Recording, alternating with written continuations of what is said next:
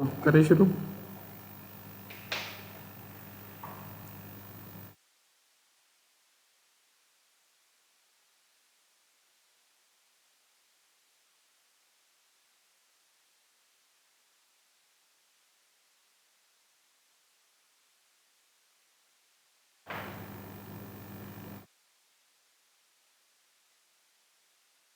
तो देखिएगा, कल जो हमारा क्लास था वो था मेंटल हेल्थ नर्सिंग का डेमो क्लास। डेमो का जो मतलब रहता है, उसका मतलब होता है कि आपको किस टाइप का जो स्टडी है वो करवाया जाता है।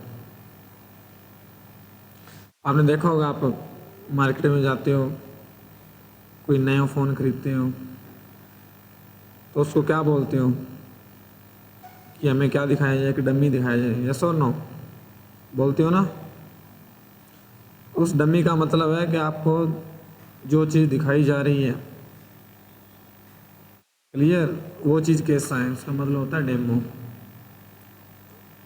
आप कोई भी इंस्टीट्यूट में जाओगे, आपको सभी इंस्टीट्यूट में जब फर्स्ट डे जाते हो आपको डेमो क्लास मिलता है।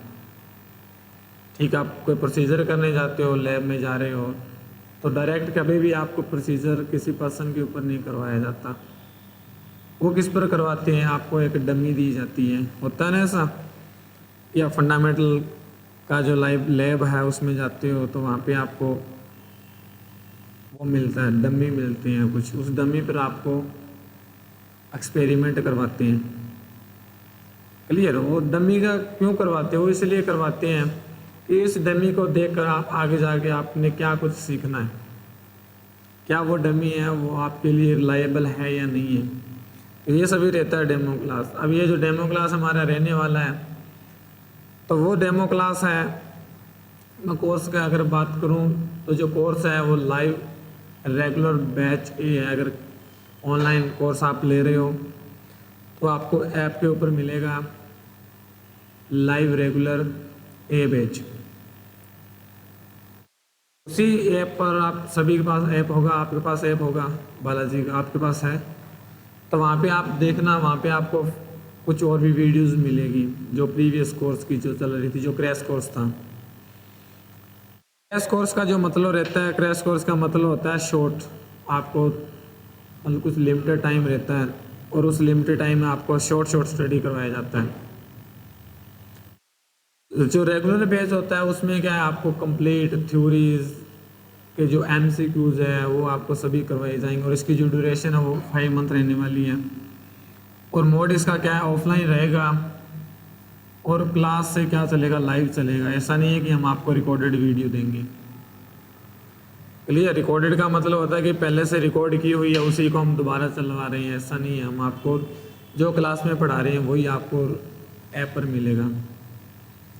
अब कुछ क्या करते हैं वहाँ पे, क्या करते हैं, जो पहले से रिकॉर्डेड मटेरियल होता है उसको कॉपी करके उसको क्या कर दिया, पेस्ट कर दिया। हम ऐसा नहीं करेंगे। ऐसा करने से हमें फ़ायदा नहीं है उतना, उससे डबल आपका नुकसान होगा। वो कैसे होगा, बिकॉज अपडेशन नहीं मिलेगा। हो सकता है पहले बैचे हमने जो पढ़ाया हो उसके बाद कुछ नई चीज़ें यहाँ पे अभी रिसर्च हो गई हो, तो सभी चीज़ें वहाँ पे क्या रहती है, इंक्लूड रहती हैं। तो ये जो कोर्स है, इस कोर्स में आपको क्या क्या सब्जेक्ट मिलेंगे, तो आपको जो यहाँ पे सब्जेक्ट की डिस्कस की जाएगी, तो सबसे मेन अगर सब्जेक्ट की बात करें तो वो आपका रहने वाला है medical surgical nursing, fundamental of nursing, ops gynae, child health nursing. अब देखो, हम बात करें मेडिकल सर्जिकल नर्सिंग और फंडामेंटल ऑफ नर्सिंग।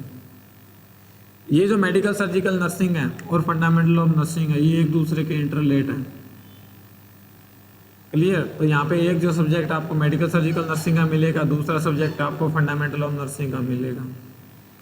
तीसरा सब्जेक्ट की बात करें और चौथे की बात करें कि चाइल्ड हेल्थ नर्सिंग, तो ये जो चाइल्ड हेल्थ नर्सिंग जिसको आप पीडियाट्रिक बोलते हो,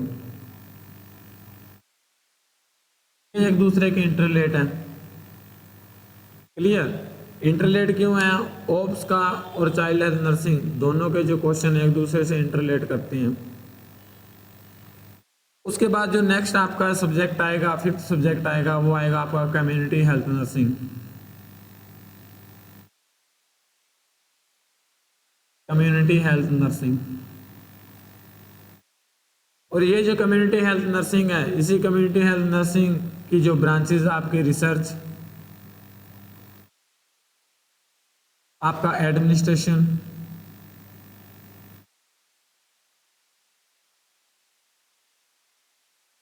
रिसर्च हो गया, आपका एडमिनिस्ट्रेशन हो गया। क्लियर? ये सभी क्या है, एक दूसरे की इंटरलेट करती हैं। और इस एडमिनिस्ट्रेशन के साथ आपका आ जाता है मैनेजमेंट।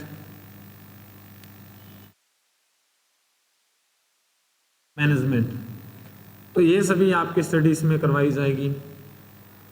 इसके बाद आपके जो एक्स्ट्रा सब्जेक्ट है, जहाँ से आपके एमसीक्यूज आजकल आ रहे हैं, वो आपका आ गया माइक्रोबायोलॉजी।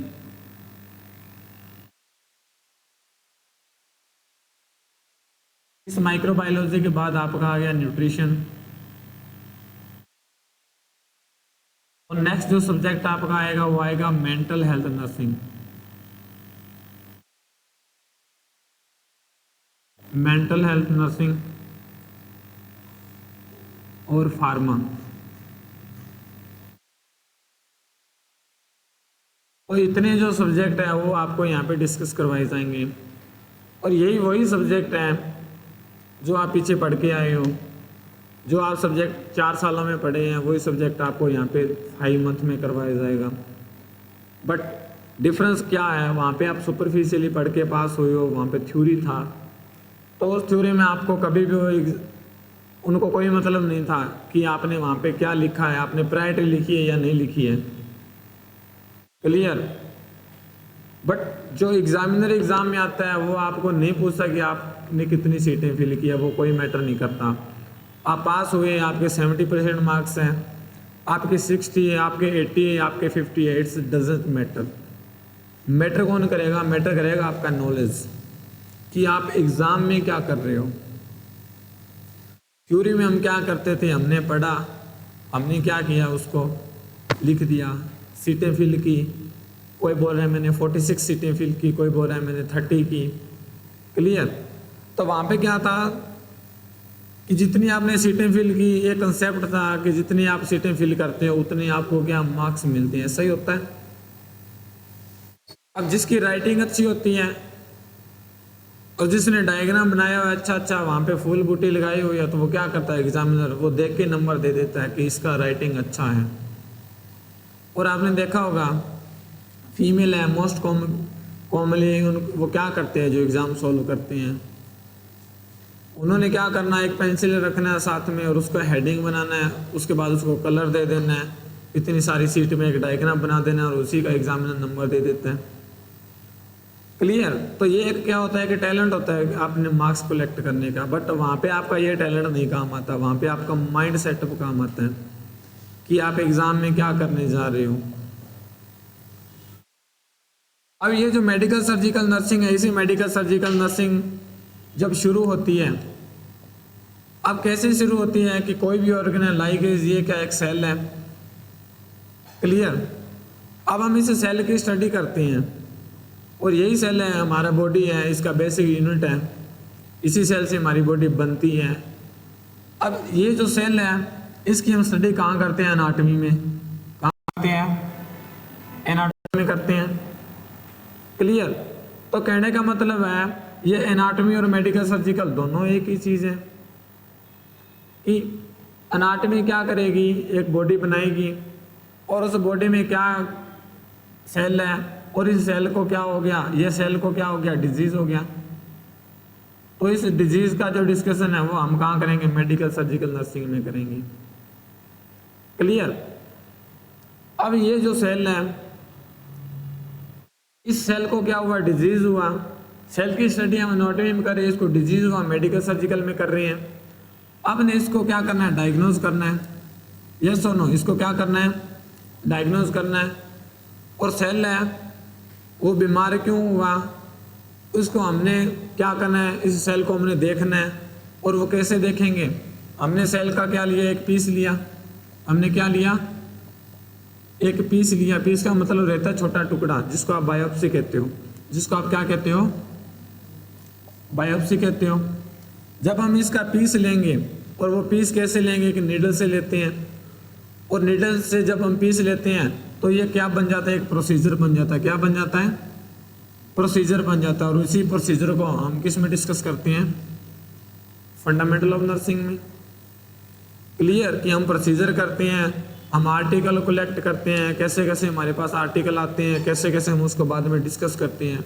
तो ये सभी क्या है, इसके अंदर हमने डिस्कस किया। अब नेक्स्ट वन क्या है? हमने सेल देखा, उसको अनाटॉमी बोला, सेल को डिजीज हो गया, उसको हमने मेडिकल सर्जिकल की ब्रांच में डिस्कस किया।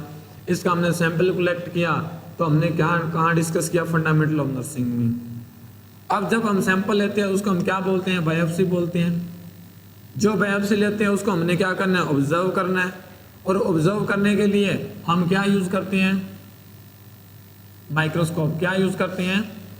माइक्रोस्कोप। तो इसी माइक्रोस्कोप में हम कहाँ देखते हैं? इस माइक्रोबायोलॉजी में। यस और नो? अब कोई पर्सन है, मान के चलो स्टमक है, उस स्टमक का कैंसर हो गया, उसके बायोप्सी लिया, माइक्रोबायोलॉजी। और माइक्रोबायोलॉजी के बाद डॉक्टर ने क्या बोला कि आपने स्टमक है उसमें ज़्यादा तली हुई चीज़ें नहीं खानी, हाई स्पाइसी फूड नहीं खाना। अब हाई स्पाइसी फूड नहीं खाना तो कहाँ डिस्कस करेंगे हम? न्यूट्रिशन में। कहाँ डिस्कस करेंगे?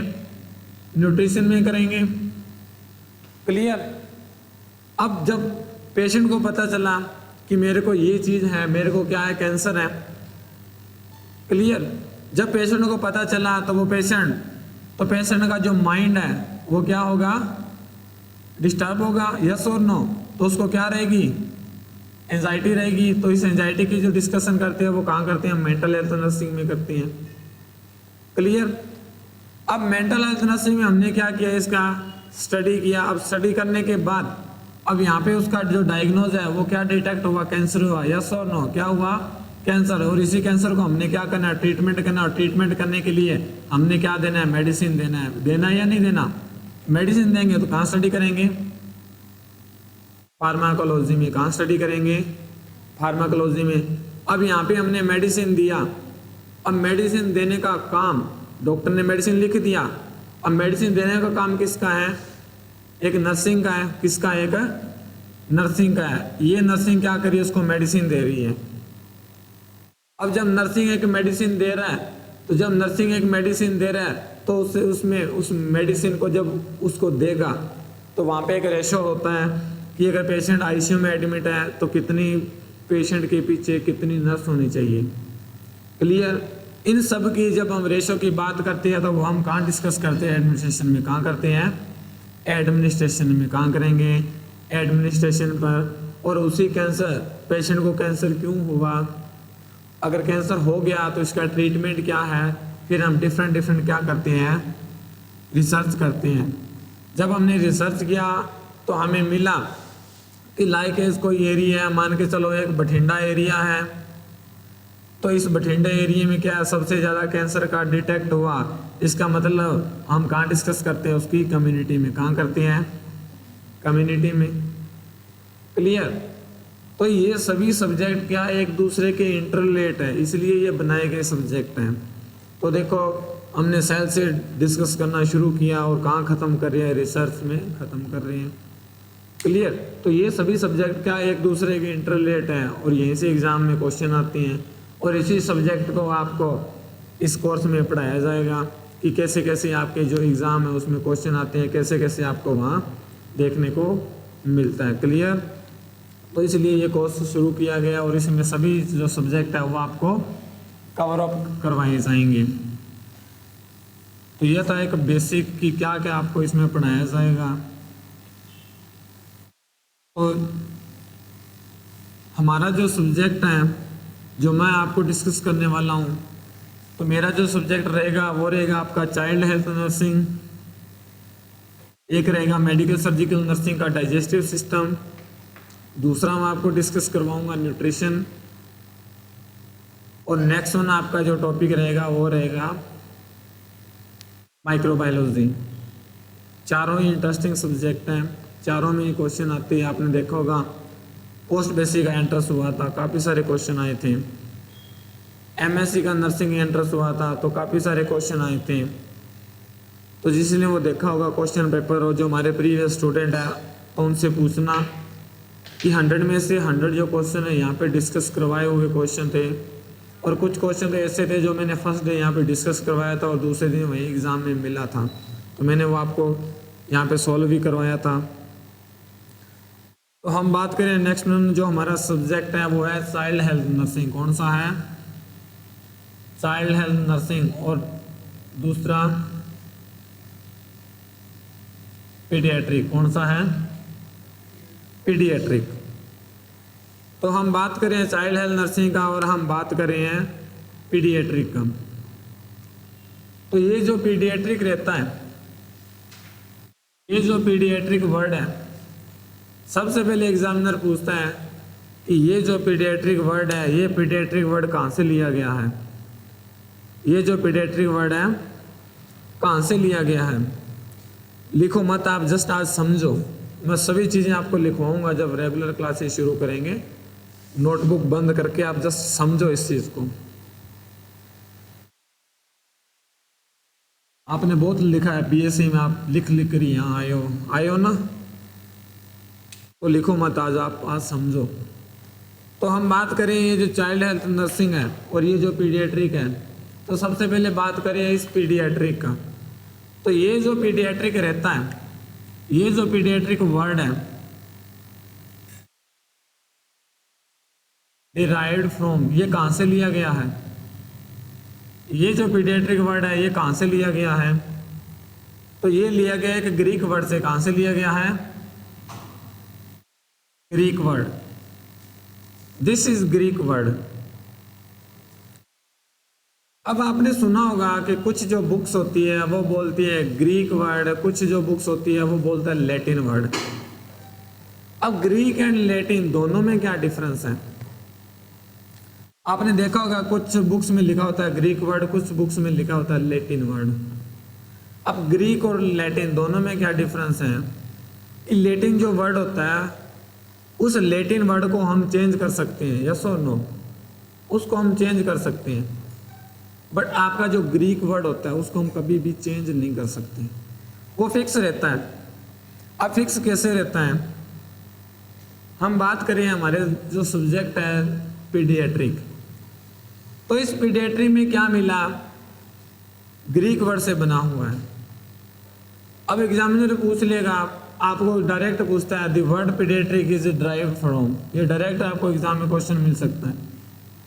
तो वहाँ पे आपको मिल जाएगा अरबिक वर्ड है, लैटिन वर्ड है, ग्रीक वर्ड है, इटालियन वर्ड है। क्लियर? तो ग्रीक का मतलब होता है नेवर चेंज, नेवर चेंज। ये जो वर्ड आपका कभी भी चेंज नहीं होता, ये फिक्स रहता है। अब कैसे फिक्स रहता है? हम बात करते हैं पीडिया, जब भी किसी की हम बात करते हैं पीडिया, हमारा डायरेक्ट जो माइंड का कंसंट्रेशन है वो कहाँ जाता है? छोटे बच्चे पर जाता है। क्लियर? ऐसा नहीं होता कि एक पीडियाट्रिशियन है, हमें बोला कि पीडियाट्रिशियन के पास जाओ तो हम गायनी वाली डॉक्टर के पास चले जाएंगे, हम मेडिसिन वाले के पास जाएंगे, ऐसा कभी नहीं होता। तो ग्रीक का मतलब होता है फिक्स।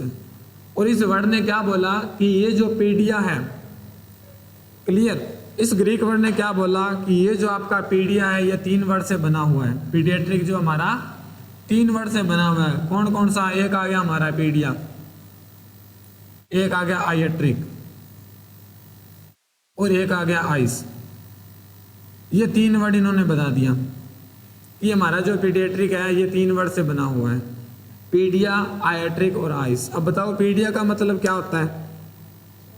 चाइल्ड। पीडिया का मतलब क्या होता है? चाइल्ड, और यू कैन से चिल्ड्रन। तो पीडिया का मतलब क्या है? आप चाइल्ड और चिल्ड्रन, ये आ गया चाइल्ड और चिल्ड्रन। क्लियर? नेक्स्ट वन बात करें आइट्रिक। अब आइट्रिक वर्ड का जो मतलब रहता है, इसका क्या मतलब होता है? ट्रीटमेंट। और नेक्स्ट वन जो वर्ड है आइस, आइस का मतलब क्या रहता है? Branch of medical science. कभी भी ऐसा नहीं बोलना ब्रांच ऑफ साइंस। ये कौन सी ब्रांच है? मेडिकल साइंस की है। बिकॉज साइंस तो काफ़ी तरह की होती है, बायोलॉजी है, जूलॉजी है, बॉटनीलॉजी है, जियोग्राफी, ये सभी साइंस है। क्लियर? तो इसका मतलब होता है ब्रांच ऑफ मेडिकल साइंस। तो देखो यहाँ पे हमने दो वर्ड पढ़े, एक था चाइल्ड हेल्थ नर्सिंग और एक था पीडियाट्रिक। अब चाइल्ड हेल्थ नर्सिंग और पीडियाट्रिक दोनों एक दूसरे से डिफरेंट है। अगर हम बात करें कि चाइल्ड हेल्थ नर्सिंग और पीडियाट्रिक आर सेम, नोट, अलग है। कैसे अलग है? तो यहाँ पे देखो पीडिया, इसका मतलब क्या था? चिल्ड्रन। पाइट्री का मतलब क्या है? ट्रीटमेंट। क्लियर? और हम नर्सिंग में क्या करते हैं? मैनेजमेंट करते हैं, कभी भी ट्रीटमेंट नहीं करते, केयर करते हैं। क्लियर? और यहाँ पे वर्ड क्या आ रहा है? Medical science. और ये कौन सा है? नर्सिंग है। तो these word are different from each other. ये एक दूसरे के बिल्कुल क्या है? डिफरेंट है। कभी भी हम पीडियाट्रिक और चाइल्ड हेल्थ नर्सिंग को एक नहीं मानते, ये ऑलवेज क्या है? डिफरेंट है। अब डिफरेंट होने का मतलब है कि ये जो वर्ड है ये कहाँ से लिया गया है? ग्रीक वर्ड से। तो पहला क्वेश्चन आपका यहाँ बन रहा है। तीसरा वर्ड है, इसका जो मीन क्या है? तो मीन है, पीडिया का मतलब चाइल्ड और चिल्ड्रन, आइट्रिक का मतलब ट्रीटमेंट, और आइस का मतलब जो रहता है branch of medical science. Clear? अब नेक्स्ट वन आपको जो एग्जामिनर है वो डायरेक्ट क्वेश्चन पूछता है। वो क्या पूछता है? वो पूछेगा कि ये जो पीडियाट्रिक है, इस पीडियाट्रिक को किसने बनाया? ये जो पीडियाट्रिक है, इस पीडियाट्रिक को किसने बनाया? तो डायरेक्ट एग्जाम में क्वेश्चन आता है, और वो कैसा आता है? Who is the father of pediatric? वो क्या पूछता है? Who is the father of pediatric? तो ये जो पीडियाट्रिक का फादर है, तो इस पीडियाट्रिक का फादर कौन है? काफी इंपॉर्टेंट क्वेश्चन है और काफी रिपीटेड क्वेश्चन है। तो वो आपको ऑप्शन दे रहा है, हिपोक्रेट, बी ऑप्शन दे रहा है सुश्रुत, सी ऑप्शन दे रहा है लिंडा रिचर्ड्स, और डी ऑप्शन दे रहा है डॉक्टर अब्राहम जैकब।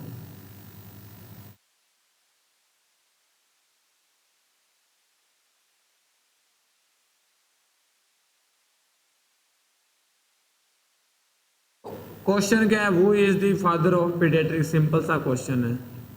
अरे यहाँ पे ऑप्शन क्या दे रहा है? हिपोक्रेट है, सुश्रुत है, लिंडा रिचर्ड है, डॉक्टर अब्राहम जैकब है।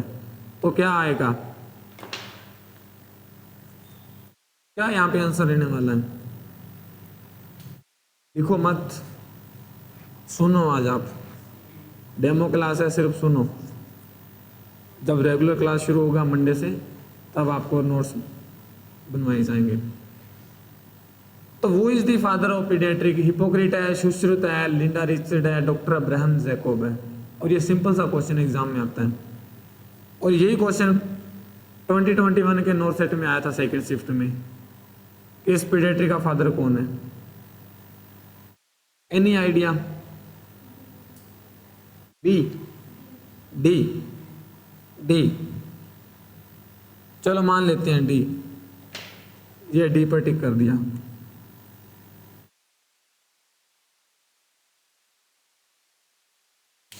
तो क्या रहता है, जब भी आप कोई बुक्स पढ़ते हो तो आपने किसी साथी को फोन किया और उससे पूछा कि क्या कर रहा है, उसने बताया कि मैं एमसीक्यूज कर रहा हूं। सभी एमसीक्यूज पढ़ते हो बुक्स में, यस और नो? कोई टारगेट हाई पढ़ रहा है, कोई पीआर यादव पढ़ रहा है, कोई प्रीति अग्रवाल पढ़ रहा है, कोई एनक्लेक्स पढ़ रहा है, कोई मौसमी पढ़ रहा है, डिफरेंट सो मेनी बुक्स। तो उसने बताया कि मैं क्वेश्चन पढ़ रहा हूँ। फिर आपने पूछा अच्छा कितने क्वेश्चन कर लिए? उसने बताया कि मैंने 1 घंटे में 200 क्वेश्चन कर लिए।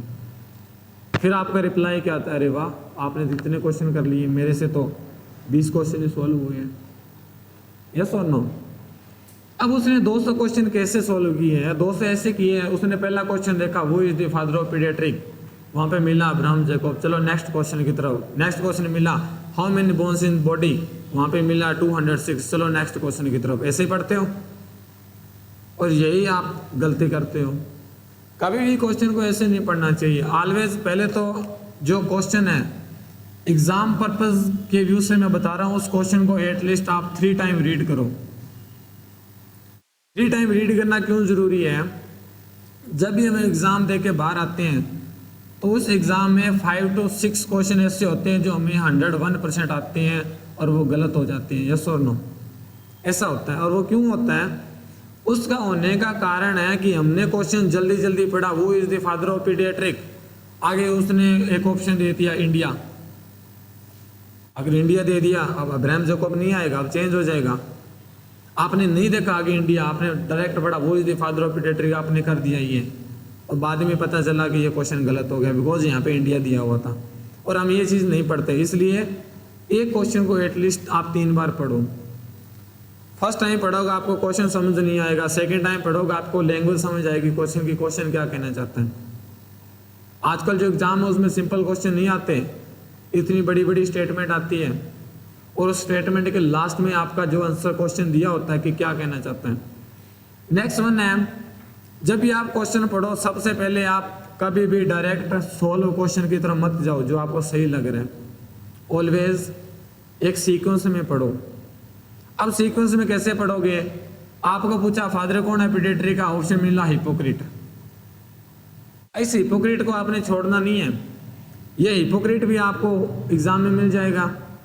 अब हिपोक्रेट कौन था? हिपोक्रेट कौन है? ये भी तो किसी का फादर है, किसी का ब्रदर है। क्लियर?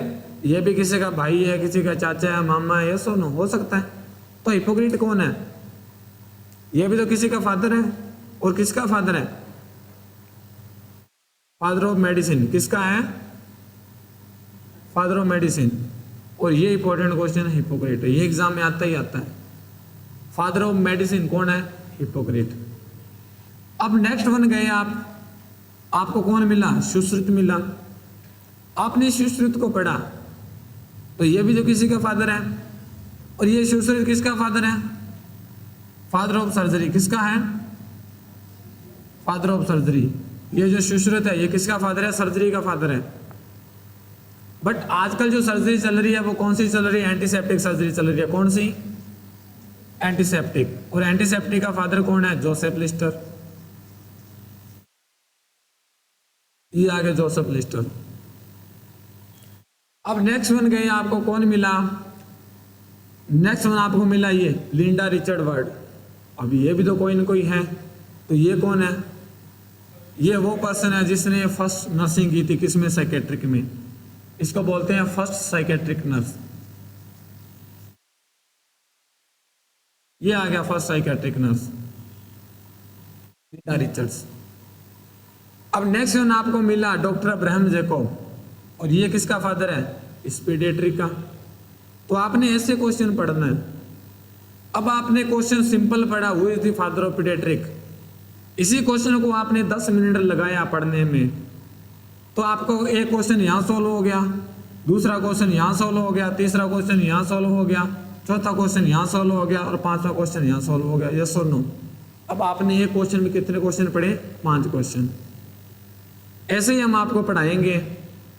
जो क्वेश्चन है उस क्वेश्चन को बिल्कुल बेस तक लेके जाएंगे आपको कि उसका आंसर क्या रहने वाला है। अगर आंसर रॉन्ग है उसी में तो कोई क्वेश्चन निकल रहा है। हिपोक्रेट है, फादर मेडिसिन का, सुश्रुत है, सर्जरी का है। आजकल एंटीसेप्टिक सर्जरी चल रही है जिसको हम जोसेफ लिस्टर बोलते हैं। लिंडा रिचर्ड है जिसने फर्स्ट साइकेट्री की थी नर्सिंग के अंदर निमांस में, national institute of mental science and neuro surgery. Next one था डॉक्टर अब्राहम जैकब। वो कौन है? फादर किसका? पीडियाट्रिक का। अब यहाँ पे एग्जामिनर एक और गड़बड़ी करता है।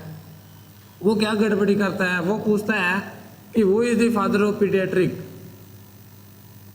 तो कौन आएगा? Doctor Abraham Jacob. But Abraham Jacob कौन था? वो इंडियन नहीं था। नाम से ही क्लियर है, ये ऐसे वर्ड हमारे इंडिया में नहीं होते। कौन होता है? सोनू, मोनू, प्रीत, मनप्रीत, ऐसे होते हैं। अब ये जो ऐसे वर्ड है अब्राहम जैकब, ये हमारे इंडिया में नहीं है। तो ये वर्ड कहाँ पाया जाता है? ये वर्ड मिला हमें यूएसए में। तो ये किसका डॉक्टर था? ये यूएसए में था। और यूएसए में क्या था? ये जो अब्राहम जैकोब है, इसने क्या किया, ये जो पीडियाट्रिक हॉस्पिटल था, ये जो पीडियाट्रिक रिसर्च थी, इसमें अपना क्या दिया?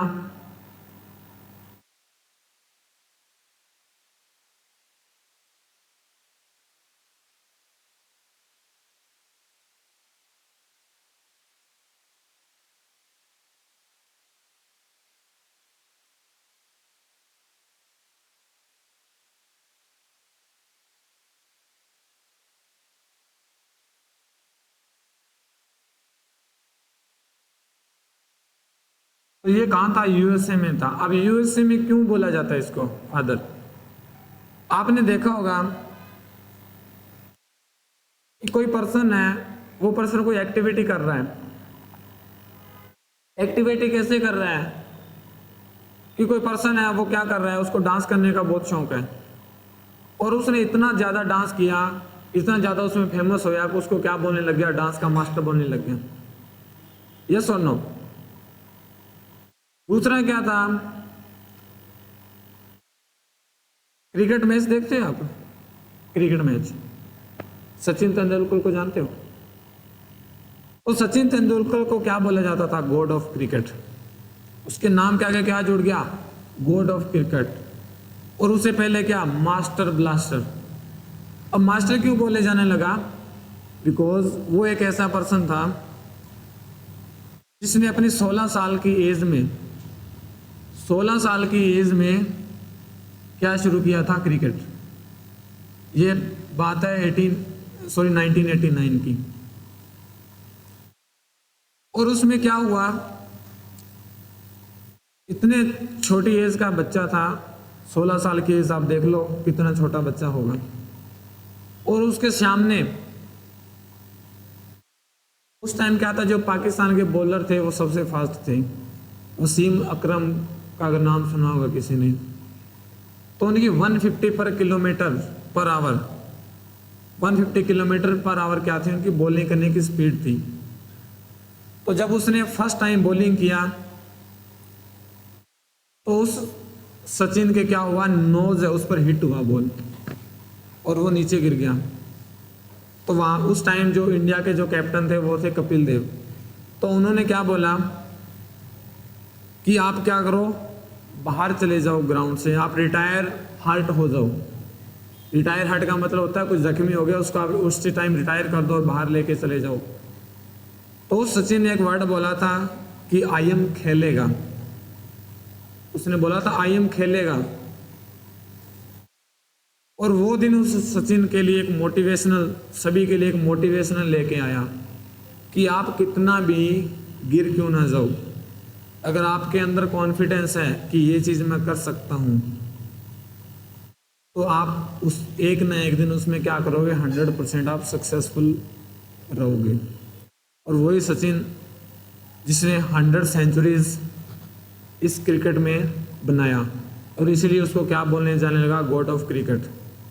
और यही अब्राहम जैकोब था, उसने क्या किया, ये जो पीडियाट्रिक फील्ड है उसमें अपना कॉम्प्रोमाइज़ किया, उसको अपना कोऑपरेटिव दिया, उसको 100% शेयर दिया, सभी उसको रिसर्च किया, इसलिए उसको क्या बोलने जाने लगा, फादर ऑफ पीडियाट्रिक। तो जो चीज़ आप कर रहे हो, जो चीज़ आपके द्वारा बनाई हुई इस दुनिया में चल रही है, उसी का नाम जुड़ जाता है। क्लियर? तो काफ़ी सारी एग्जाम्पल है, आपने देखा होगा। ये भी एक कपल जो फेमस हुआ था, कुल्हड़ पिज़्ज़ा, सुना होगा किसी ने नाम? सुना कुल्हड़ पिज़्ज़ा? जलंधर में है। तो वो लड़की कहाँ थी? जयपुर की। वो लड़का कहाँ है? जलंधर का। तो इन्होंने क्या किया, अपना छोटा सा एक पिज़्ज़ा बनाने का काम शुरू किया, और वो बनाते बनाते इतने फेमस हो गए कि आज इनकी ऑल पंजाब में फ्रेंचाइज चल रही है। अभी जिसके पास में देखा होगा यहाँ कुल्हड़ पिज़्ज़ा खुला हुआ है। क्लियर? तो क्या है, उन्होंने क्या किया, अपना योगदान दिया और उन्हीं के नाम से कुल्हड़ पिज़्ज़ा चलना शुरू हो गया। ऐसे ही अब्राहम जैकोब था, बट वो कहाँ था? एक यूएसए का था। वो कहाँ था? एक यूएसए का। अगर एग्जामिनर आपको डायरेक्ट क्वेश्चन पूछ रहा है who is the father of paediatric, तो कौन आएगा? Abraham Jacob. उसने क्वेश्चन को घुमा दिया, उसने पूछ लिया इंडिया का फादर कौन, उसने पूछ लिया कि इंडिया का पीडियाट्रिशियन फादर कौन है। अब आपका आंसर चेंज हो जाएगा, अब आपको वहां पे अब्राहम जैकब नहीं मिलेगा। तो इंडिया का फादर कौन है, आइडिया है किसी को? बोलो।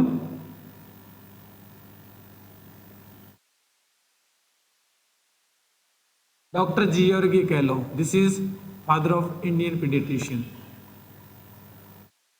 अब ये जो क्वेश्चन है ये आपको बुक्स में नहीं मिलेंगे, आप जो मर्जी बुक्स में देख लो आपको नहीं मिलेगा, बट एग्जाम वाले ढूंढ के ले आएंगे कहीं से।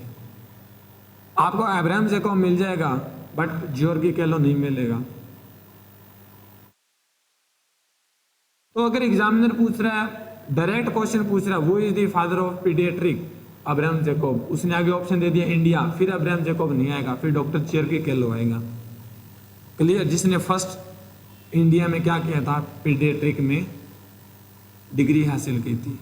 क्लियर? तो ये था डॉक्टर अब्राहम जैकब और डॉक्टर जियोर्गी कैलो, और यही हम स्टडी करेंगे इस पीडियाट्रिक में। अब नेक्स्ट में जो हम वर्ड की बात करें हैं वो वर्ड आ रहा है हमारा चाइल्ड हेल्थ नर्सिंग। कौन सा आ रहा है? Child health nursing. अब देखो हमने जब क्लास शुरू किया था तो मैंने पढ़ाया था कि कैसे एक सेल है, और वो जो सेल है, एक सेल बना, उस सेल से हमारी पूरी बॉडी बनी। उस सेल को हम क्या बोलते हैं? बेसिक यूनिट है हमारी बॉडी की, एक लाइफ बेसिक है, वहीं से हमें शुरू होती है। अब उस सेल की हम स्टडी कहाँ करते हैं? एनाटॉमी में। अब हम चल रहे थे, जा रहे थे, कहीं सड़क पर गिर गए तो हमारा सेल क्या हो गया? इंजरी हो गया। जब इंजरी हो गया हम हॉस्पिटल गए, और हॉस्पिटल जाने के बाद हमें पता चला कि हमारा सेल रप्चर हो गया। उसकी स्टडी कहाँ करेंगे? मेडिकल सर्जिकल नर्सिंग में। जब रप्चर हुआ तो रप्चर होने के बाद हमें पता चला कि ये जो सेल है इसमें क्या निकल रहा है? ब्लड निकल रहा है। और दूसरा क्या हुआ? ये जो सेल है ये हमारा रप्चर हुआ, और रप्चर होने के 100 मेनी कॉज। उस डॉक्टर ने क्या बोला कि ये जो सेल है उसकी मुझे ग्रोथ ठीक नहीं लग रही। उसने क्या किया? एक चिमटा लिया, पकड़ा उसको और एक बोतल में डाल दिया थोड़ा सा पीस, उसको बोलते हैं बायोप्सी। और बायोप्सी हमने कहाँ भेजनी है? लैब में। कहाँ स्टडी करनी है? माइक्रोबायोलॉजी में। अब वो बायोप्सी घूम कर आई, उसका क्या बन गया? एक डायग्नोज बन गया, और डायग्नोज बन गया उसका हमने क्या करना है? मैनेजमेंट करना है। तो कहाँ स्टडी करेंगे? मेडिकल मैनेजमेंट और नर्सिंग मैनेजमेंट। मेडिकल का मतलब है फार्माकोलॉजी। अब उसको हमने डाइट एडवाइज करनी है कि उसको जो कोज निकल गया कैंसर, तो कैंसर में हम कुछ डाइट है वो स्ट्रिक्ट रखते हैं, तो हम न्यूट्रिशन में स्टडी करेंगे। तो कहने का मतलब है जितने भी ये सब्जेक्ट हैं वो हमारे इंटरलेट कर रहे हैं, बट हमें उसको देखने की ज़रूरत है, उसको ढूंढने की ज़रूरत है कि कैसे हम उसका स्टडी करेंगे। अब हम बात करें हमारा जो चाइल्ड हेल्थ नर्सिंग का है, ये आ गया हमारा चाइल्ड हेल्थ नर्सिंग। अब ये देखो चाइल्ड हेल्थ नर्सिंग है, इसका डायरेक्ट मतलब होता है चाइल्ड और उसकी हेल्थ और एक नर्सिंग। तो 3 वर्ड बन गए यहाँ पे। चाइल्ड का मतलब रहता है छोटा बच्चा, हेल्थ का मतलब रहता है कि वो फिट है या नहीं है। ठीक है, आपने पढ़ा होगा definition, health is state of complete physical, mental, social wellbeing but not mainly an absence of disease. कि डिजीज क्या होनी चाहिए? एब्सेंस होनी चाहिए, कोई भी उसको डिफॉर्मिटी नहीं होनी चाहिए। और हम क्या करते हैं? नर्सिंग। और नर्सिंग क्या है? कि यूनिक फंक्शन है। क्लियर? अब हम चाइल्ड हेल्थ नर्सिंग में डिस्कस तो कर रहे हैं, बट यहाँ पे जो हम स्टडी करते हैं उस बच्चे की, वो कौन सी स्टडी करते हैं? इसका मतलब होता है चाइल्ड हेल्थ नर्सिंग का डायरेक्ट मतलब होता है हम क्या देना? उसको केयर देना। बच्चे को क्या देना? केयर देना। अब यहाँ पे हम मेडिकल मैनेजमेंट नहीं करते, मेडिकल मैनेजमेंट पीडियाट्रिक में कर लिया। अब चाइल्ड हेल्थ नर्सिंग हमने क्या करना है? केयर देना है। और वो केयर कौन सी केयर देना है? कॉम्प्रिहेंसिव, जिसको आप क्या बोलते हैं? Holistic care. क्या देते हो? होलिस्टिक केयर देते हो। तो चाइल्ड हेल्थ नर्सिंग का मतलब है provide holistic care to the children हम क्या देते हैं, होलिस्टिक केयर दे रहे हैं, और किसको दे रहे हैं, चिल्ड्रन को दे रहे हैं। अब इस होलिस्टिक का मतलब, इस होलिस्टिक को आप वर्ड को बिल्कुल स्लो मोशन में पढ़ोगे, होलिस्टिक, इसका मतलब होता है होल केयर। क्या मतलब होता है, होल केयर, ये आ गया होल केयर, और इसी को बोलते हैं हम कॉम्प्रिहेंसिव केयर।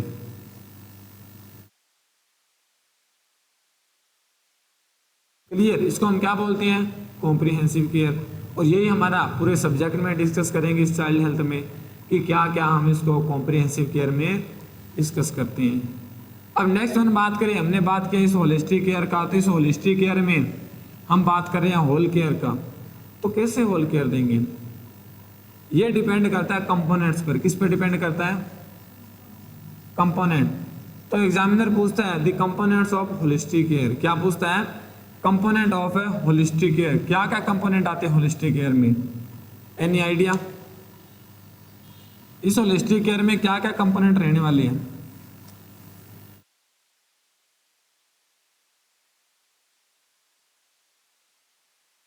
क्या क्या कंपोनेंट रहने वाले हैं होलिस्टिक केयर में,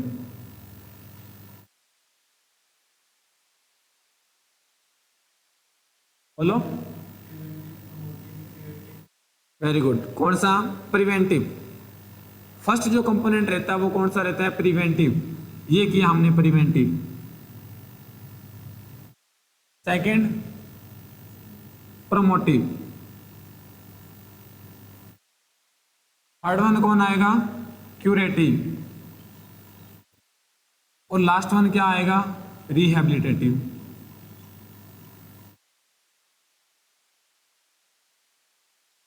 और यहीं से एग्जामिनर क्वेश्चन पूछता है the component of holistic care, क्या पूछता है, component of holistic care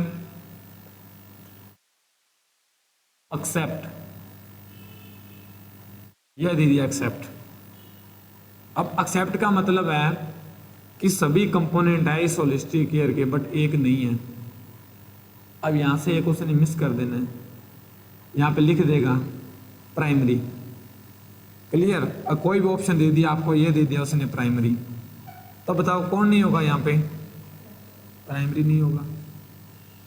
clear, चार ही कंपोनेंट होते हैं, प्रिवेंटिव है, प्रोमोटिव है, क्यूरेटिव एंड रिहेबिलिटेटिव है। अब प्रिवेंटिव का मतलब क्या है, प्रोटेक्ट करना। प्रिवेंटिव का मतलब क्या रहता है, प्रोटेक्ट करना।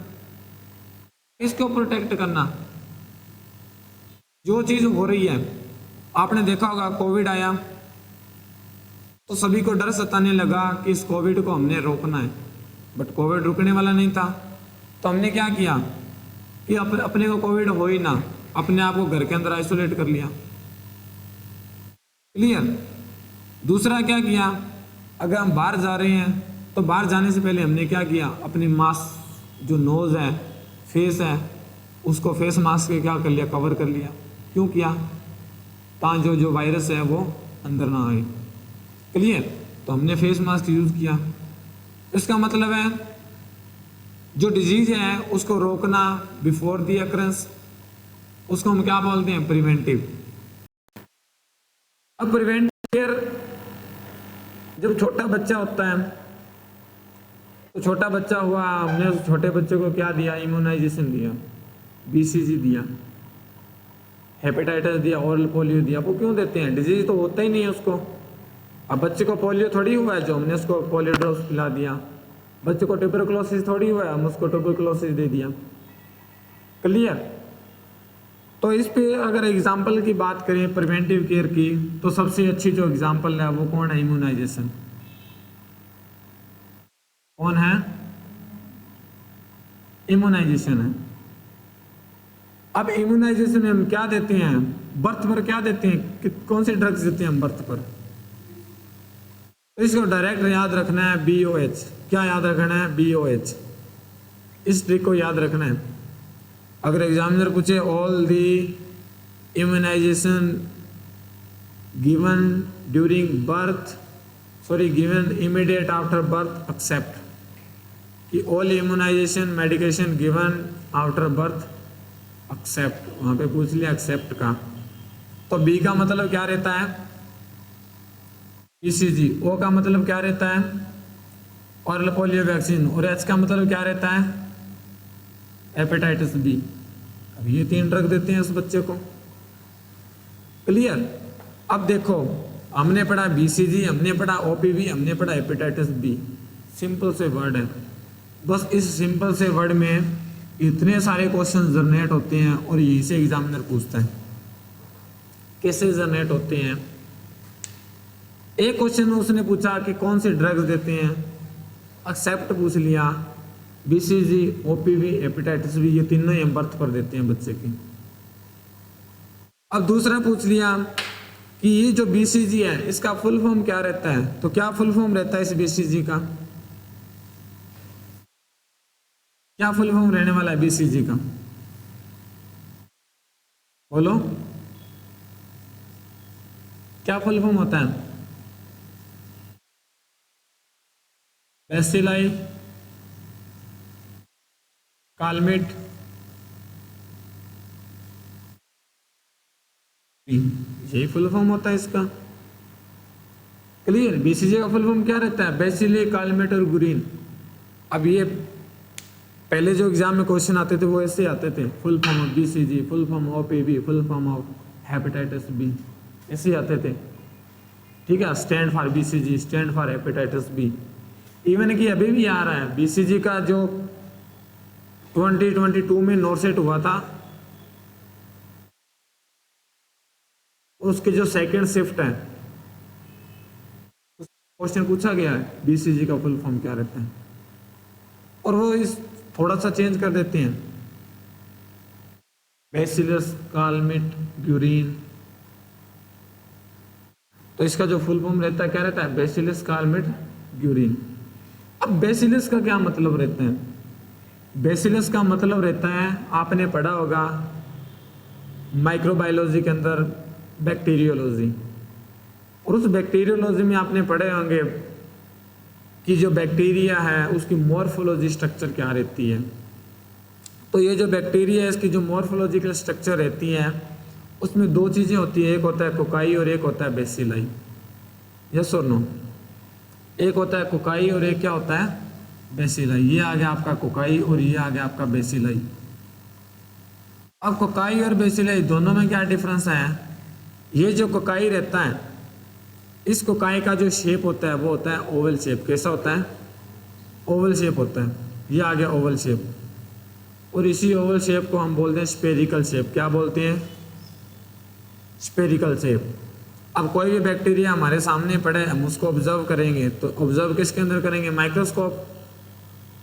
और उस माइक्रोस्कोप के अंदर जब भी हमने बैक्टीरिया देखा हमें ओवल शेप मिला, इसका मतलब वो कोकाई है। उसका मतलब वो कौन है, कोकाई है। बेसिलाई की जो शेप रहती है वो कैसी रहती है, कैसी रहती है, रोड और सिलेंड्रिकल शेप। कैसी रहती है, रोड और सिलेंड्रिकल शेप। अब हमने इसको देखा, हमें क्या मिला, रोड एंड सिलेंड्रिकल शेप मिला। इसका मतलब इसका यहाँ पे कोई कनेक्शन नहीं है, इसको हमने छोड़ दिया। अब हम इसकी बात करेंगे बेसिलाई की। अब यहाँ पे हमें 2 चीज़ें मिलती हैं कि कुछ जो बैक्टीरिया होते हैं वो पिंक कलर के होते हैं, कुछ जो बैक्टीरिया होते हैं वो ब्लू कलर के होते हैं, कुछ बैक्टीरिया वो पर्पल कलर के होते हैं, कुछ वायलेट कलर के होते हैं। होता है ना ऐसा जब हम इसको डिस्कस कर रहे हैं। अब हमने इसके अंदर इसको माइक्रोस्कोप के अंदर देखा और माइक्रोस्कोप में हमें क्या मिला कि ये जो बैक्टीरिया रोड शेप है, हमने डायरेक्ट बोल दिया कि कोकाई नहीं है, कोकाई को साइड में हटा दो, ये कौन है, बेसिलाई है। क्लियर। अब एक पेशेंट है, उसका हमने स्पुटम कल्चर लिया और उसको माइक्रोस्कोप के अंदर देखा, हमें मिला बेसिलाई। कैसे बेसिलाई का पता चला, ये है रोड शेप है। बट हमने बेसिलाई देखा। अब बेसिलाई 2 टाइप का होता है, एक होता है नेगेटिव और एक होता है पॉजिटिव। क्लियर। बेसिलाई कैसा होता है, नेगेटिव एंड है पॉजिटिव, जिसको आप ग्राम नेगेटिव और ग्राम पॉजिटिव बोलते हो। ग्राम नेगेटिव जो बेसिलाई रहता है और ग्राम पॉजिटिव जो बेसिलाई रहता है वो डिफरेंट होता है।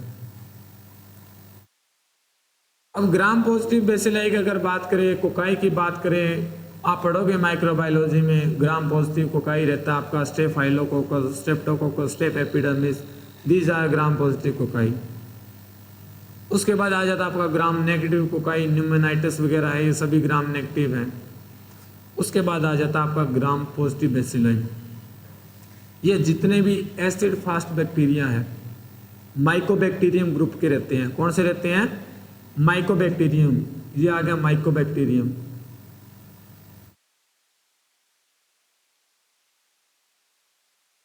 क्लियर? तो माइकोबैक्टीरियम में बात करें अगर पॉजिटिव कौन कौन से होती है, ये भी पॉजिटिव आपका। दूसरी बात करें कोराइनी बैक्टीरियम, ये भी आपका पॉजिटिव कोकाई है। तो ये सभी क्या है आपको पॉजिटिव मिलेगा। बट आप इसको डिफ्रेंशिएट कैसे करोगे? इसको डिफ्रेंशिएट करने के लिए आपको कहाँ जाना पड़ेगा? स्टेनिंग में जाना पड़ेगा। कहाँ जाना पड़ेगा? स्टेन। आप स्टेन करते हो, यस और नो? और स्टेन में क्या करते हो आप? कलर यूज करते हो। आपने पढ़ा होगा स्टेनिंग में मिथाइल ब्लू है, क्रिस्टल वॉयलेट है, कार्बन फ्यूजन है, these are dye colour. Paint करते हैं हम उसको, हमने उसको पेंट कर दिया। अब पेंट करने के बाद हमने उस बैक्टीरिया को नहलाया, पानी से अच्छे से धोया उसको।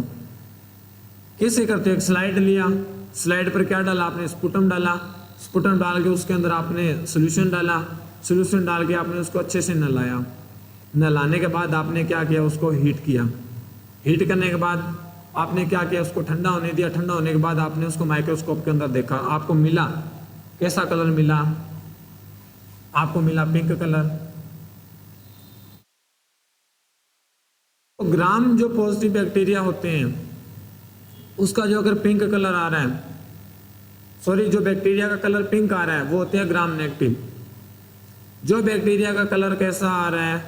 ब्लू कलर आ रहा है, वो होते हैं ग्राम नेगेटिव। हमने ऐसे इसको क्या करना है? डिटेक्शन करना है। इसलिए बीसी का फुल फॉर्म क्या है? बेसिलाई। कालमेट और ग्रीन का क्या कनेक्शन है? कालमेट और ग्रीन का क्या कनेक्शन है? समझ आ रहा है मैं जो पढ़ा रहा हूं? है समझ आ रहा है जो पढ़ा रहा हूं? क्या ऐसे ही बस ऊपर से जा रहा है? बोलो। अगर कोई धीरे स्लो पढ़ाना है तो वो भी पढ़ा दूंगा। अगर इससे ज़्यादा आपको और डीप में पढ़ाना है तो वो भी पढ़ा दूंगा मैं। सभी ऑप्शन है मेरे पास। तो ये जो कालमेट और ग्रीन, इनका क्या कनेक्शन है? दो ब्रदर थे, फ्रेंच साइंटिस्ट। कौन थे? फ्रेंच। ये फ्रांस में थे। एल्बर्ट कालमेट और एल्बर्ट ग्रीन, दो ब्रदर थे। एल्बर्ट कालमेट और एल्बर्ट ग्रीन, ये दो ब्रदर थे। इन्होंने क्या किया? इस वैक्सीन का डिस्कवरी किया। और यहीं से भी एग्जाम में क्वेश्चन आता है कि ये जो बीसीजी वैक्सीन है इसका डिस्कवरी कब हुआ था? तो इसका डिस्कवरी हुआ था 1921 में। कब हुआ था? 1921 में। किसने किया था? Albert Calmette and Albert Guérin. कहाँ किया था? फ्रांस में किया था। और बीसीजी वैक्सीन सबसे पहले जब डिस्कवर हुआ तो इसका जो रूट था वो था पर ओरल। कैसा रूट था? पर ओरल। ये ओरल दिए जाने लगा था। फिर 1965 में इसको रूट चेंज कर दिया और अब जो इंट्राडर्मल देते हैं हम इसको, कैसा देते हैं? इंट्राडर्मल देते हैं। क्लियर? तो छोटा सा वर्ड है और इसी छोटे से वर्ड से काफ़ी सारे जो क्वेश्चन है वो क्रिएट हो रहे हैं। अब ये जो बीसीजी है, ये बीसीजी हम उस बच्चे को दे रहे हैं। अब बीसीजी जो उस बच्चे को दे रहे हैं तो कितना डोज उस बच्चे को दोगे? ये भी इंपॉर्टेंट है एग्जाम में। कितना डोज देते हो बीसीजी का? Any idea? 0.5? नहीं, 0.5 नहीं देते। चलो मैं क्वेश्चन ऑप्शन देता हूं आपको।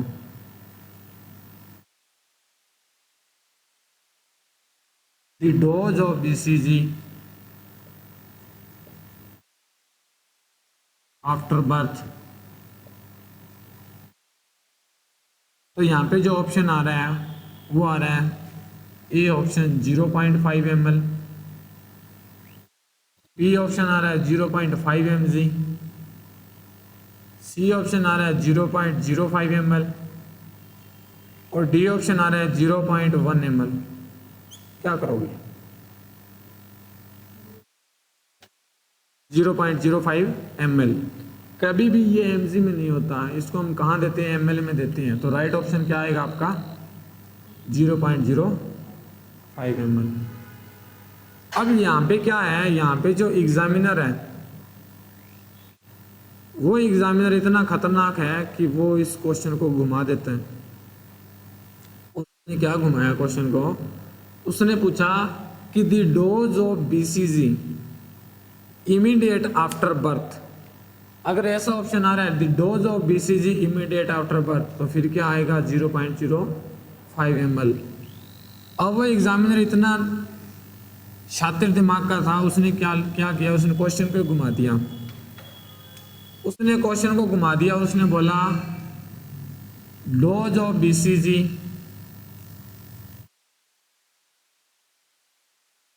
To baby at 28 days। अब इसने क्वेश्चन को घुमा दिया कि dose of BCG to baby at 28 days। अब 28 days का मतलब ये बच्चा कौन है? अभी न्यू बॉर्न है। कौन है? न्यू बॉर्न है, जिसको आप नियोनेट बोलते हो, लेट नियोनेट। तो अब क्या करोगे? अब यहाँ पे आपको जो ऑप्शन दे दिया, ऑप्शन इसने सेम रखा। ऑप्शन ए दिया 0.5 ml, बी दिया 0.5 mg, सी ऑप्शन दिया 0.05 mg सो ml, और डी दिया 0.1 ml। अब क्या करोगे? क्वेश्चन सेम है, वही रखा, क्या करोगे? अब ए करोगे और कोई ऑप्शन बताओ? बी और कोई ऑप्शन? हाँ, बिल्कुल सेम रहेगा। बीसीजी की जो डोज होती है, अगर बच्चे की एज लेस देन 1 मंथ है, कितनी? लेस देन 1 मंथ है, तो कितनी रखोगे? 0.05 ml। अगर बच्चे की एज मोर देन 1 मंथ और लेस देन 1 ईयर, तो डोज कितनी रखोगे? 0.1 ml। ये बीसीजी की डोज रहती है। 1 साल का बच्चा है, अब इसी क्वेश्चन को एग्जामिनर घुमा रहा है। एग्जामिनर पूछ रहा है a baby whose age is 1.5 year, which vaccine is not given to baby. उसने क्या ऑप्शन दिया है? ऑप्शन दिए है baby whose age is, question है a baby whose age is 1.5 year, vaccination not need to baby.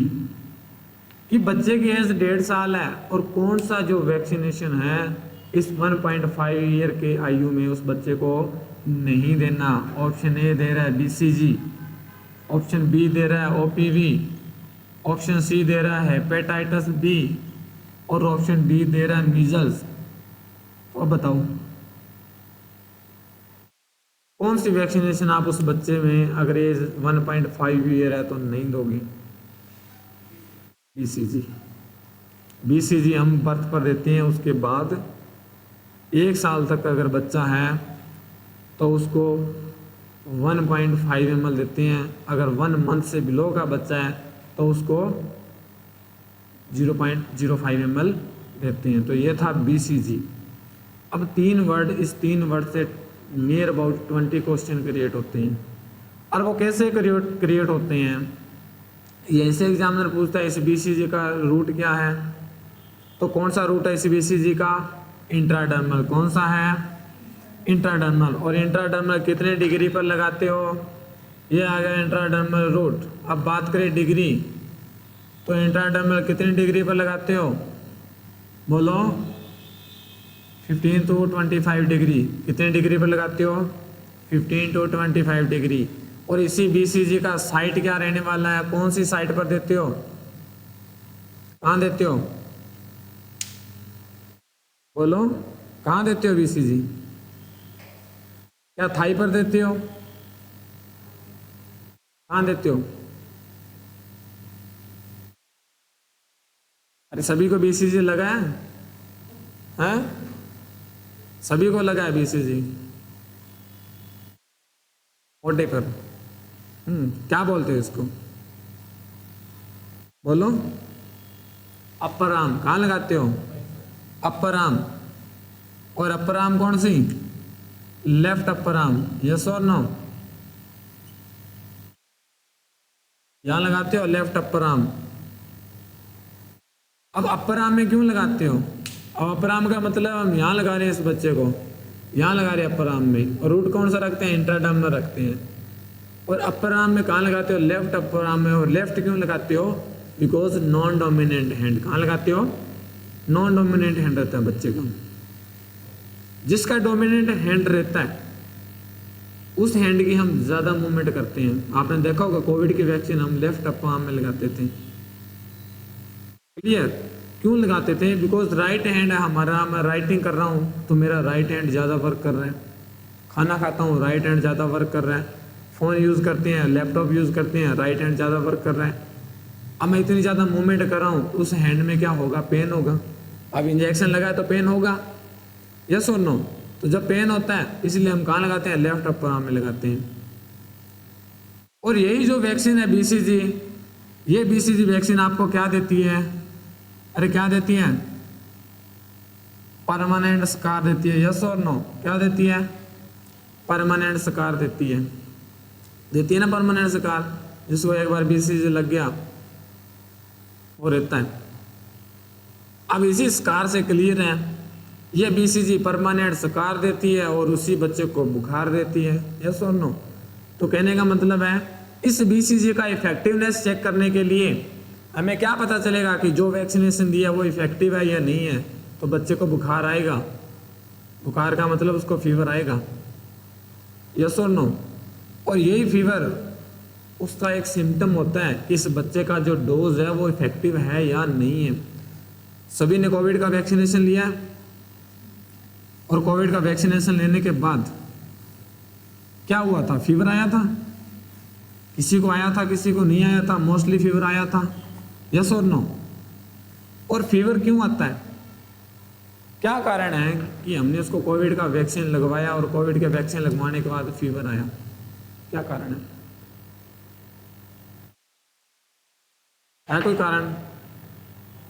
पानी? क्या कारण था फीवर आया? वैक्सीन। क्या होती है वैक्सीन? तो क्या है वैक्सीन? डायरेक्ट क्वेश्चन आता है एग्जाम में, वैक्सीन क्या है?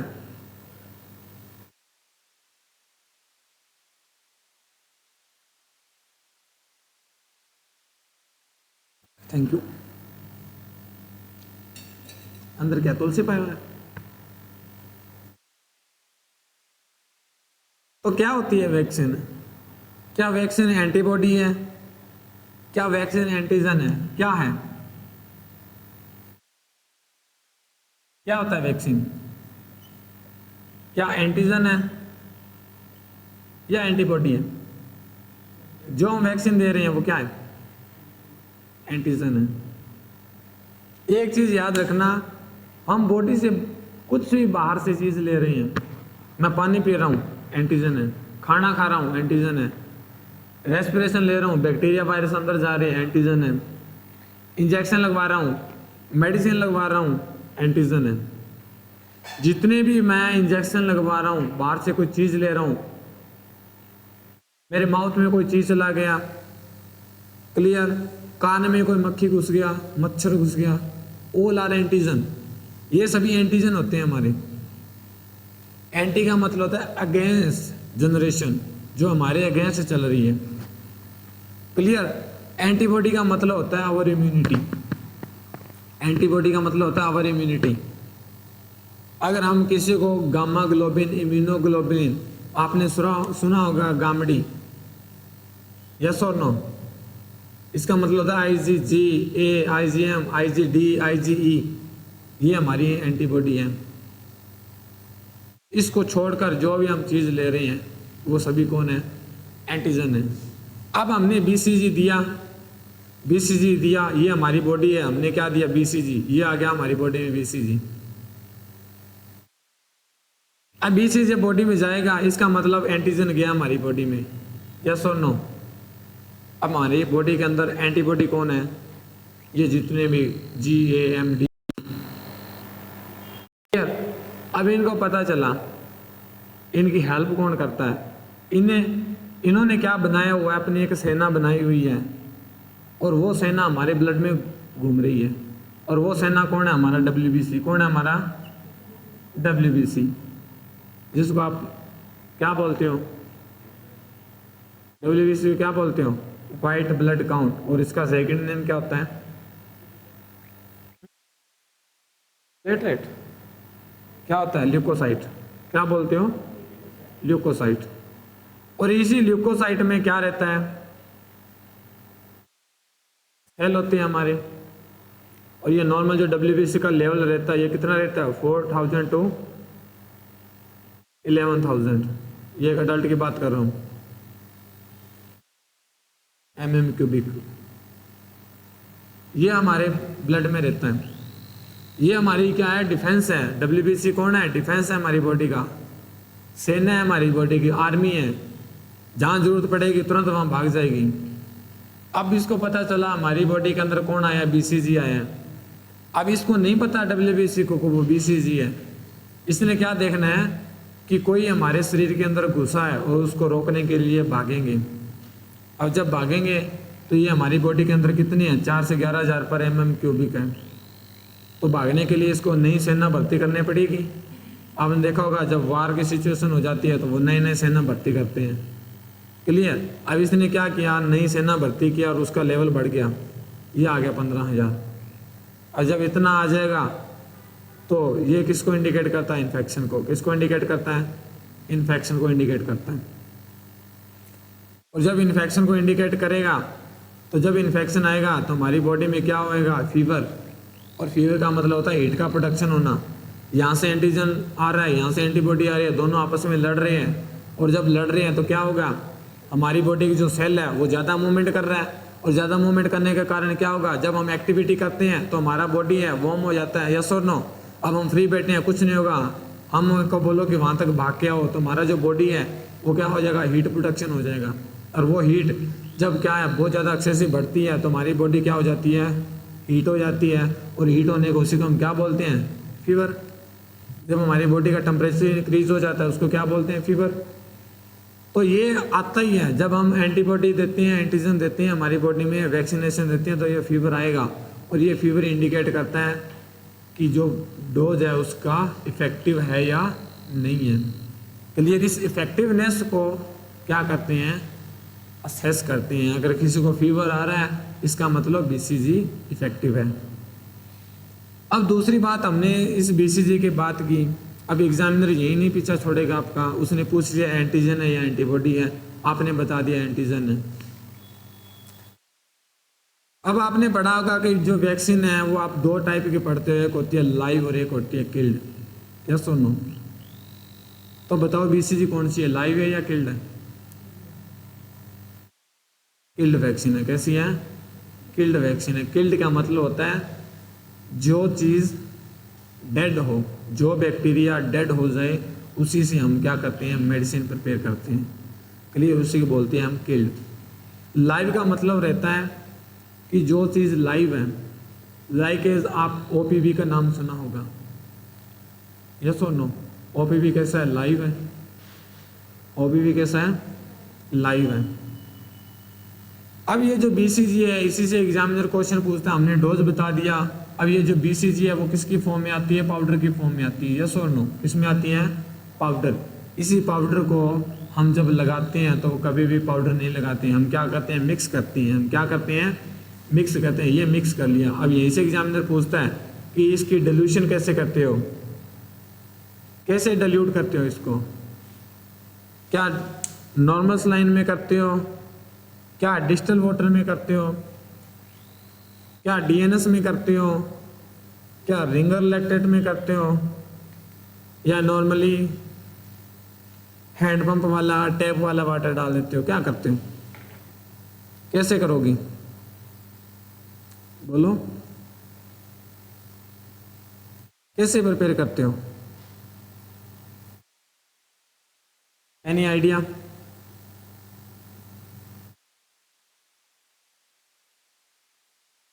कैसे करते हो? हाँ,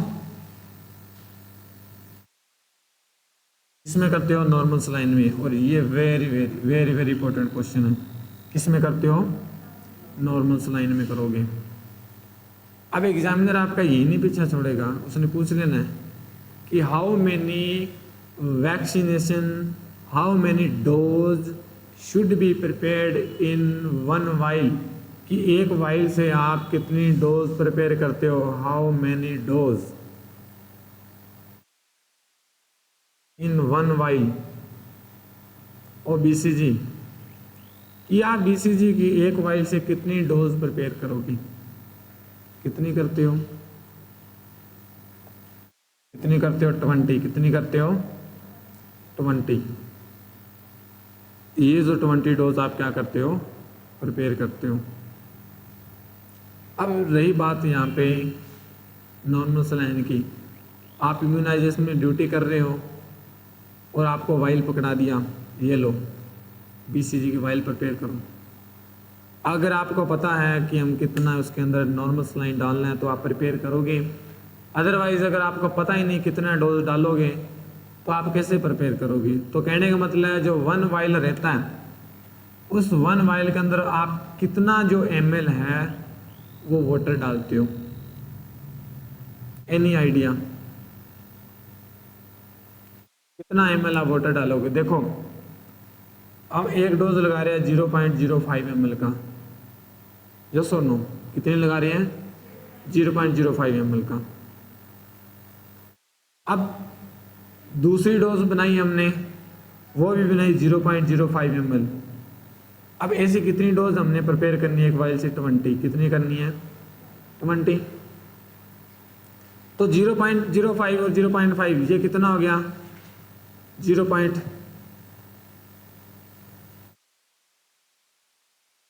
ml। कितना हो गया? 0.1 ml। अगर आप 0.05 से प्रिपेयर कर रहे हो तो ये कितना हुआ? 0.1 ml। अब आप इसके अंदर कितना वाटर डालोगे? अब आपने ये आपका बन गया 2 डोज, कितना बन गया? 2 डोज बन गया। अब क्या करना है आपने? इसी 2 डोज की कितने में कन्वर्ट करनी है? 20 में। इसका मतलब आपको कितनी क्वांटिटी और चाहिए? 10।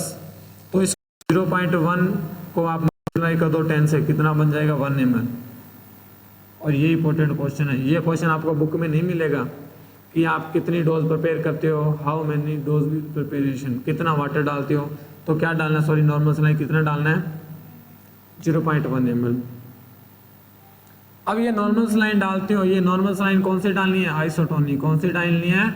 आइसोटोनिक। और जिसका कंसंट्रेशन कितना हो? 0.9%। कितना हो? 0.9%। सेकेंड वाला पूछ रहा है, आपने सुबह 8 बजे इस डोज को प्रिपेयर किया, 8 बजे इस डोज को प्रिपेयर किया और आपके पास डोज लगाने के लिए बच्चे आ रहे हैं, बच्चे जा रहे हैं, बट 20 डोज कंप्लीट नहीं हुई। आपके पास जो वाइल है उससे आपकी 10 डोज ही लगी, बाकी डोज लगी नहीं, आधी डोज लगी है, अभी वाइल में पड़ी है। तो उस वाइल का क्या करोगे? क्या करते हो नेक्स्ट? तो हमने उस वाइल को क्या करना है? डिस्कार्ड करना है। और कब करना है? तो ये जो आप बीसीजी की डोज प्रिपेयर करते हो तो इसको डिस्कार्ड कब करना है? 4 to 6 आवर। और ये very very very very important question है, और ये बाबा फरीद के एग्जाम में रिपीट हुआ क्वेश्चन है। उन्होंने पूछा था, the dose of BCG should be discarded after 4 to 6 hour. Clear? तो 4 to 6 आवर आफ्टर आपने क्या करना है? इसको डिस्कार्ड कर देना है।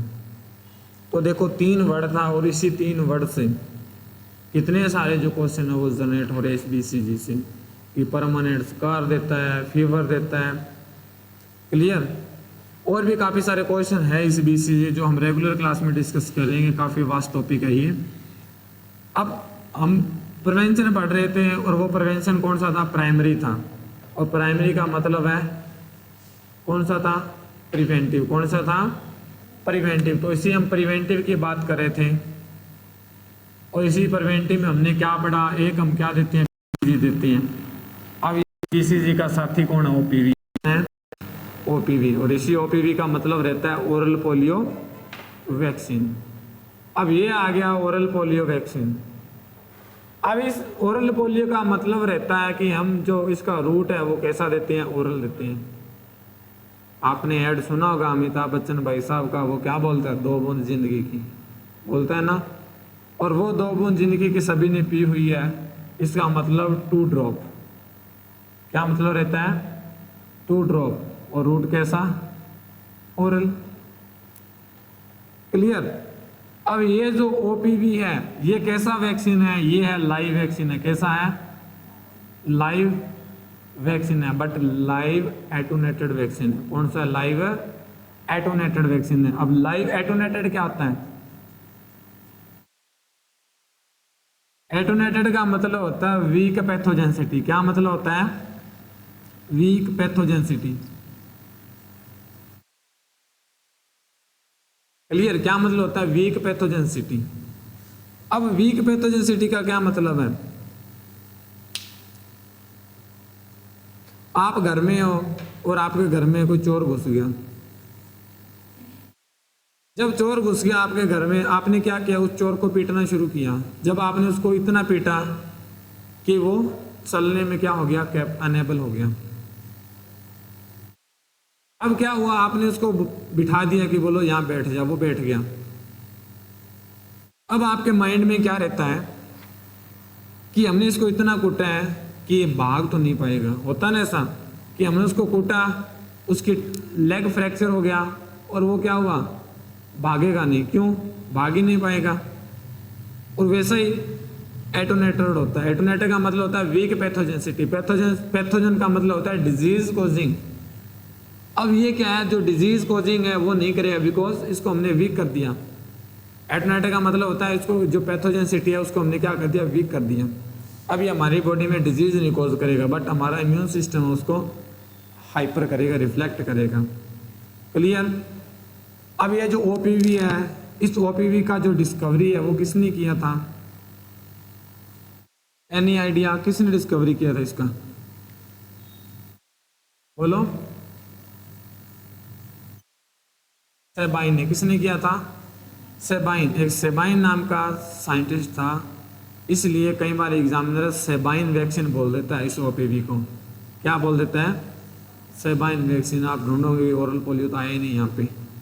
और ये जो सेबाइन वैक्सीन का डिस्कवरी हुआ था ये हुआ था 1957 में। कब हुआ था? 1957 में। और ये हम 2 डोज देते हैं। क्लियर।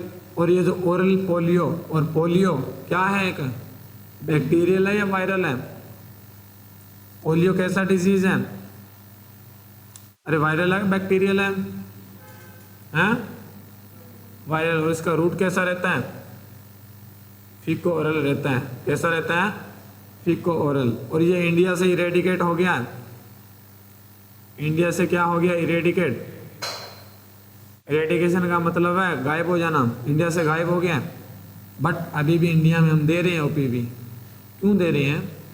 बिकॉज हमारे जो साथ वाली कंट्री है, अफगानिस्तान है, पाकिस्तान है, अभी वहीं पोलियो घूम रहा है, इसलिए हमने ये पोलियो का जो कैंपेन है वो बंद नहीं किया। क्लियर। काफ़ी प्रोग्राम चलते हैं, immunisation program, pulse polio program. Clear. इसलिए हम ये अभी दे रहे हैं। आपका दिसंबर 1996 में ये प्रोग्राम चले थे, ये शुरू हुआ था। उसके बाद इसका सेकेंड कैंपेन भी चला था। क्लियर। तो फर्स्ट प्रोग्राम जो 1987 में चला था पोलियो का, पोलियो कंट्रोल प्रोग्राम। अब हमने बात किया OPV। इसी का एक साथी है आईपीवी, सुना आईपीवी? आईपीवी, और ये जो आईपीवी आपने इम्यूनाइजेशन शेड्यूल पढ़ा होगा, उस इम्यूनाइजेशन कैजुअल में ये आपने पढ़ा होगा 6 और 14 वीक पर देते हैं। आईपीवी का मतलब क्या रहता है? क्या रहता है? क्या रहता है आईपीवी का? ये जैसे सेबाइन है वैसे ही क्या है आपका आईपीवी, इंजेक्टेबल पोलियो वैक्सीन। और ये किसने दिया था? साक ने दिया था, बट ये किल्ड वैक्सीन है। ये किसने दिया था? साक भाई साहब था 1954 में, ये किल्ड है। और ये दोनों एग्जाम में क्वेश्चन आते हैं, ओपीवी और आईपीवी दोनों में क्या डिफरेंस है, तो याद रखना ओपीवी और आईपीवी दोनों में क्या डिफरेंस है। ये लाइव है और ये किल्ड है। के आ रहा है ना इसमें, तो के से याद रखना ये किल्ड वैक्सीन है। और इसका जो रूट रहता है वो आईएम देते हैं। वो कैसा देते हैं? आईएम देते हैं। क्लियर? और कौन सा है? इंजेक्टेबल पोलियो वैक्सीन है। क्लियर? नेक्स्ट वन जो वैक्सीन देते हैं हम, थर्ड वैक्सीन, वो देते हैं हेपेटाइटिस बी। कौन सी देते हैं? Hepatitis B. और ये जो हेपेटाइटिस बी है इसका जो डोज है वो कितना देते हैं? 0.5 mg। कितना देते हैं? 0.5 mg। रूट कौन सा देते हैं? आईएम। कौन सा देते हैं? आईएम। ये जो रूट हम आईएम देते हैं ये बच्चे में कहाँ देते हैं हम? बच्चे में ना तो हम बटक्स पर देते हैं, कहाँ देते हैं फिर बच्चे में? बोलो, कहाँ देते हैं? आईएम का मतलब होता है इंट्रामस्कुलर, मसल में दे दिया। तो कौन सी मसल में देते हैं? बोलो।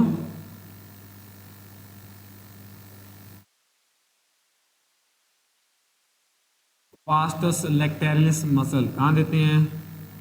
Vastus lateralis muscle. और इस वास्टस लेक्टेरियस मसल में कहाँ देते हैं? एंटीरियर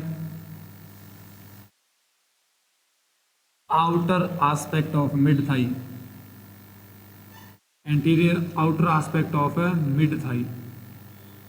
ये क्या देते हैं हम? इस हेपेटाइटिस बी को इंजेक्टेबल करते हैं। और कितनी डोज देते हैं? 0.5 ml। कितनी? 0.5 mg। क्लियर? ये हम वहाँ क्या देते हैं? डोज देते हैं। Anterior outer aspect of mid thigh देते हैं बच्चे में। अगर बच्चे की एज लेस देन 1 ईयर है तो ऑलवेज वी प्रेफर दिस। और ये क्यों देना है? ये इसलिए देना है बिकॉज बच्चे के जो ये मसल है थाई वाली ये स्ट्रॉन्ग होती है उस टाइम। बटक्स पर नहीं देते। बटक्स पे यहाँ पे नर्व ट्रेवल कर रही होती है। अगर यहाँ पे बटक्स पर दिया, बच्चे की नर्व इमेच्योर है तो इंजरी हो जाएगा, सेटिक नर्व इंजरी हो जाएगा। क्लियर? इसलिए हम कहाँ देते हैं? Anterior outer aspect of mid thigh में देते हैं। नेक्स्ट वन है ये जो आपका हेपेटाइटिस बी है, इसका जो डिस्कवरी किया था ये किया था ब्लूमबर्ग साइंटिस्ट ने।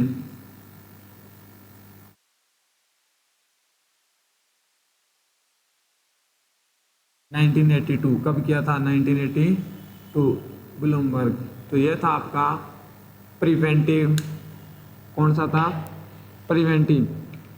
नेक्स्ट वन जो हम डिस्कस करेंगे वो करेंगे प्रोमोटिव। नेक्स्ट वन जो डिस्कस करेंगे वो कौन सा करेंगे? प्रिमोटिव। देख ले लो 5 मिनट का।